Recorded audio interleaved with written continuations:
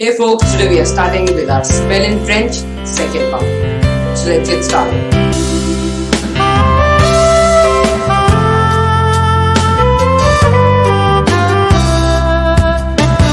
So we are seeing here that the words are written here to form a sentence, okay? So first we have to learn these all to form a sentence, okay? Now we start from the first, that is tableau, yun tableau. We have written the Hindi pronunciation also there, okay? Yun tableau, a board, okay? A board, like this one. There's a flower that's called yun plural. Now we're coming on the yun accord. Yun accord.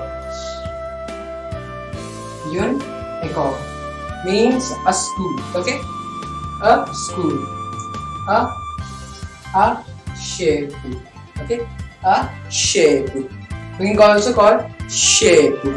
A shape. Now, the last in this one, which is yun balo. Okay, yun balo. Now, this is yun balo means a ball. Okay, a ball. Now, this one is a tie crayon. A tie crayon means sharpener. Tie crayon means crayon. Okay, it's a pencil. Okay, it's called a pencil. Tie crayon, a pencil. Okay, a crayon or a tie crayon. Tie crayon means sharpener. A crayon means a pencil. Now we start from a stilo. A stilo. A stilo means a pen. A stilo, a pen. A lever, a book. Okay, a book. A lever, a book. I think that why we are adding yun and a here, because these two are the indefinite articles. Okay, indefinite means that yun is singular feminine and yun and a means the masculine singular.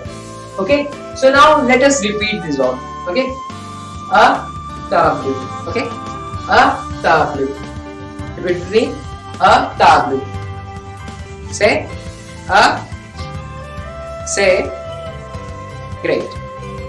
Now, a plural. A plural. Repeat me. A plural. Yeah, right. Now, yun accord. Yun accord. A school. Okay? Repeat with me. A school. Which is a accord. A accord.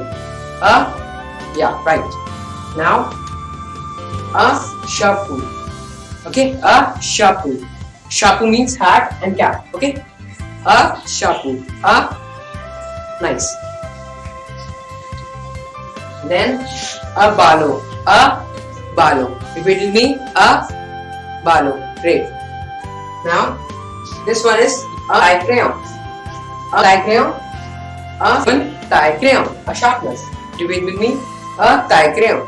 Okay. Now a stilo. A stilo. Repeat with me. Yeah, nice. Now last one, which is a lever. A lever. Great. So this is all about the video. For more videos you can click on this video to learn more, and the previous both these videos. Thanks for watching.